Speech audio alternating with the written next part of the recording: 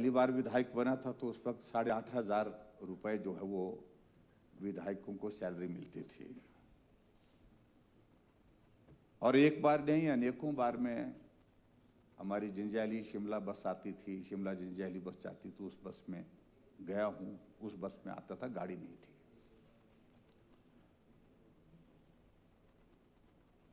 और बाद में जब मारुति कार ली उस वक्त 4 लाख रुपए का लोन होता था, 4 लाख रुपए का लोन मिलता था, उसमें से 2,21,000 से मैंने मारुति कार 800 वो खरीदी थी। और जो मैं पहली बार ही कॉन्स्टिट्यूंसी में जा रहा था, घाघस के पास एक्सीडेंट हो गया गाड़ी का और जान बच गई। लेकिन जिस गाड़ी के साथ एक्सीडेंट हुआ मारुति वैन थी सामने से आ रही, कसूर इसका था उसका था, उस पर ने जाकर के उसने कहा कि मुझे इतने पैसे यहीं पर दीजिए आप। और मेरे साथ एक और साथी थे, 2 साथी और थे, तो जितने पैसे वो मांग रहा था तो उतने पैसे जेब में नहीं थी, मेरी जेब में नहीं थी। लगभग 4,500 के लगभग उसने कहा कि भी इतना पैसा इसमें खर्च होगा, तब तक मैं गाड़ी नहीं जाने दूंगा। तो हमने सबने जेब में हाथ डाला और उस व्यक्ति को पैसा दिया, क्योंकि उसकी गाड़ी का भी नुकसान हुआ, हमारी गाड़ी का नुकसान जो हुआ तो वो तो अलग था। और उस वक्त मुझे लगा कि हमने ये गाड़ी लेकर के ठीक किया है या गलत किया है, क्योंकि ऐसी एक आधी गाड़ी और एक बार और टक्कर लग गई तो और बहुत मुश्किल हो जाएगी।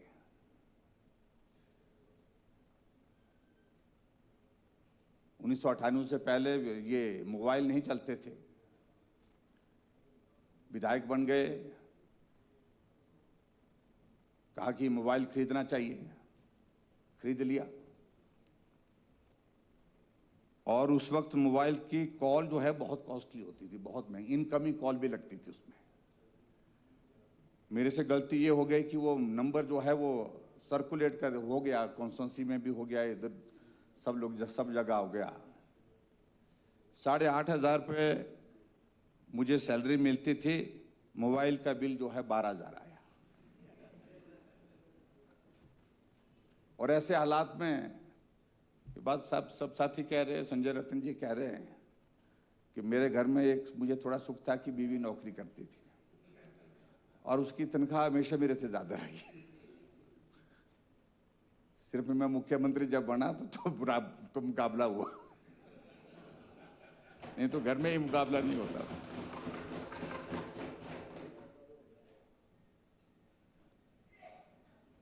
तो अलग अलग तरह के हालात के दौर में से सब लोग निकले हैं। और मैं इस बात को देखता हूं कि यहाँ मेजॉरिटी जो हमारे माननीय सदस्यों की है, बहुत कम लोग हैं जिनका कोई अपना कारोबार है, व्यवसाय है। बाकी सिर्फ यही करते हैं, चुने हुए प्रतिनिधि के नाते सिर्फ विधायक बन करके लोगों का काम करते हैं।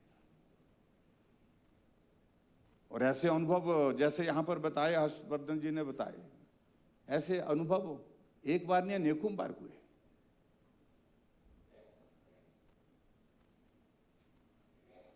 मुझे निमंत्रण आया, एक कल्चर प्रोग्राम करना है बोलते हमने, और मुझे अच्छा भी लगा, विपक्ष में थे जैसे आजकल हैं, तो हमने कहा भी अच्छा है, आएंगे, हम कार्यक्रम में आएंगे, जरूर आएंगे। तो कि सांस्कृतिक कार्यक्रम है, लेकिन उसमें निमंत्रण के बाद उन्होंने कहा कि आपको जो हम आर्टिस्ट बुला रहे हैं, कलाकार बुला रहे हैं, उनका खर्चा इतना है और ये आपको करना, ये आपको देना पड़ेगा। मैंने कहा ये तो बहुत ज्यादा है, ये तो बहुत मुश्किल है। तो उन्होंने कहा कि फलाना आदमी जो है वो देने के लिए तैयार है, वो हमारे विरोधी थे। मैं हां करूं या ना करूं, हमारे लिए, हमारे सामने संकट था। और ऐसे हालात में आखिरकार हमने कहा कुछ करते, थोड़ा कम करो। उन्होंने कहा भी कम तो, इतना खर्च तो होगा ही होगा। आखिर कार जो है वो थोड़ी बात मना करके फिर सारी चीज को लेकर के कार्यक्रम में गए। लेकिन ऐसा हुआ कि उस कार्यक्रम के बाद अगले कार्यक्रम में कुछ और लोगों को बुलाने लगे वो, और चुने हुए प्रतिनिधि के नाते अपने क्षेत्र में जहां का वो विधायक है और वहां ऐसे लोग जो पैसा दे करके जो है वो कार्यक्रम की अध्यक्षता करें, नेता बने, वो वहां पर बने, वो स्वाभिमान को भी ठेस पहुंचाता है, चोट पहुंचाता है। और ऐसी एक घटना नहीं कि कई बार इस तरह से घटनाएं हो गई, हमारे साथ घटना हो गई। एक दिन मेरे साथ डॉक्टर जनक आए, ये सुपर स्पेशलिस्ट डॉक्टर है, बहुत परेशानी में कहने लगे कि ठाकुर साहब मैं तो बहुत परेशान हो गया। मैंने कहा क्या हो गया? मैंने सोचा कि कोई परेशानी की बात। बोलते जब मैं डॉक्टर था, बोलते मेरा खर्चा बहुत कम था और बड़ा परिवार बहुत आराम से चलता था, कोई संकट नहीं होता था। अब तो जो ये तनख्वाह मिलती है ये इतनी ही मिलेगी, बोलते ये ऐसे ही चलता रहेगा, बहुत मुश्किल है। ये यहीं बैठे हैं, साथ में बैठे हैं। तो है एक नहीं, अनेकों सारी परिस्थिति, और खासतौर से जब सामाजिक क्षेत्र में हम काम कर रहे हैं, लोगों की एक्सपेक्टेशंस बहुत ज्यादा बढ़ गई है। और लोगों की एक्सपेक्टेशंस ऐसी बढ़ गई हैं जहां हम उन सबको तो पूरा करना संभव नहीं है, लेकिन फिर भी हमको भी लगता है कि एक चुने हुए प्रतिनिधि के नाते नैतिकता का मापदंड निर्धारित करते हुए कुछ चीजों को लेकर के हमको करना पड़ता है। हम किसी के दुख में जाते हैं, सुख में जाते हैं, वहां हमको पार्टिसिपेट करना पड़ता है। और ये अब आज की तारीख में ये सारी स्थिति ऐसी तो बनी गई है। कोई आदमी, गरीब आदमी आता है, इलाज के लिए उनको आवश्यकता है, और अंतरात्मा कहती है कि नहीं मना कर सकते हैं, करना चाहिए, मदद करनी चाहिए, और यथासंभव मदद करते हैं। मैं अकेला नहीं, सब जितने भी चुने वो प्रतिनिधि करते हैं हालात के मुताबिक। ये हमारी नैतिकता भी बनती है, और नैतिकता के साथ साथ में ये जो है वो एक हमारा दायित्व भी बनता है कि आखिरकार कोई दुखी आदमी आया, संकट में आया है, परेशानी में आया, उसकी मदद करें।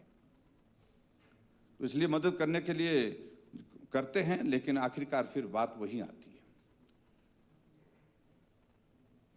और ये बिल यहां माननीय सदन में लगभग 8 वर्षों के बाद आया, मेरे ख्याल में 9 वर्ष के बाद, मई 2017 के बाद ये इंक्रीज की है। जब मैं भी मुख्यमंत्री था उस वक्त भी, लेकिन कई बार अनावश्यक रूप से मुझे लगता है कि चीज़ों को लेकर के जो गलत धारणाएं जो है बनाने की आवश्यकता नहीं है। आखिरकार पार्लियामेंट ने अभी हाल ही में इंक्रीज किया है। कर्नाटक की असेंबली में इंक्रीज हुई है तो वो 100% इंक्रीज हुई है, और पार्लियामेंट में एरियर के साथ किया है। कर्नाटक का मुझे मालूम नहीं है एरियर के साथ किया है कि नहीं किया, लेकिन ये सच्चाई है। हमको व्यवहारिक होना है। लेकिन जो मैं कह रहा हूं, जो कंट्रोवर्सीज जो सारी चीजों को लेकर के होती है, यही होता है। हमारी मुश्किल ये है कि जैसे इन्फ्लेशन के साथ, जैसे हमारे कर्मचारियों का, अधिकारियों का इंक्रीज का एक सिस्टम है, एक पैटर्न है पूरे इसमें, वो हमारा नहीं है। हमको बिल लाना पड़ता है, और बिल जब लाया जाता है तो हमारी उसमें पूरी सेवा होती है, सब तरफ से होती है।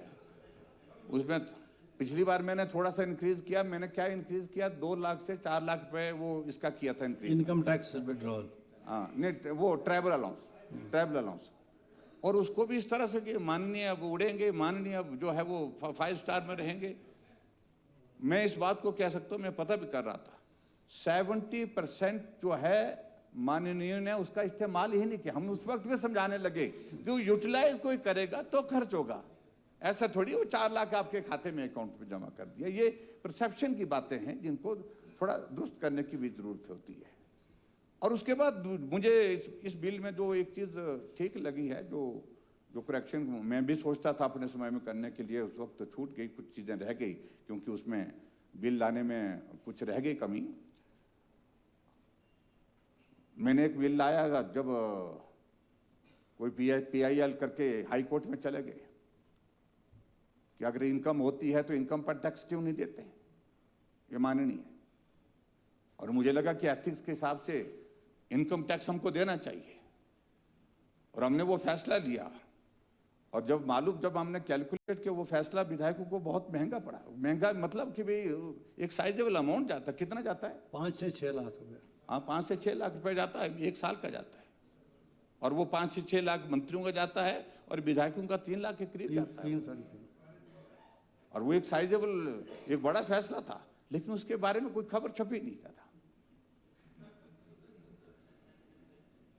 मैं चाह रहा हूं कि चीजें अच्छी आनी चाहिए।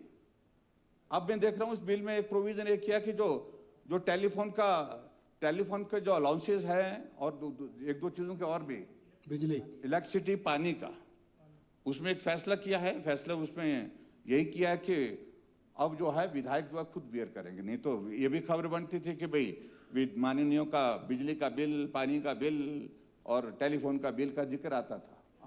अब उसमें ही शामिल होगा वो, शायद मैं इसी तरह से, अगर मैं गलत नहीं पढ़ा तो अगर इस तरह की स्थिति है तो सारी चीजों को लेकर के मुझे लगता है कि ये पूरे देश नहीं, पूरी दुनिया में एक परिस्थिति है।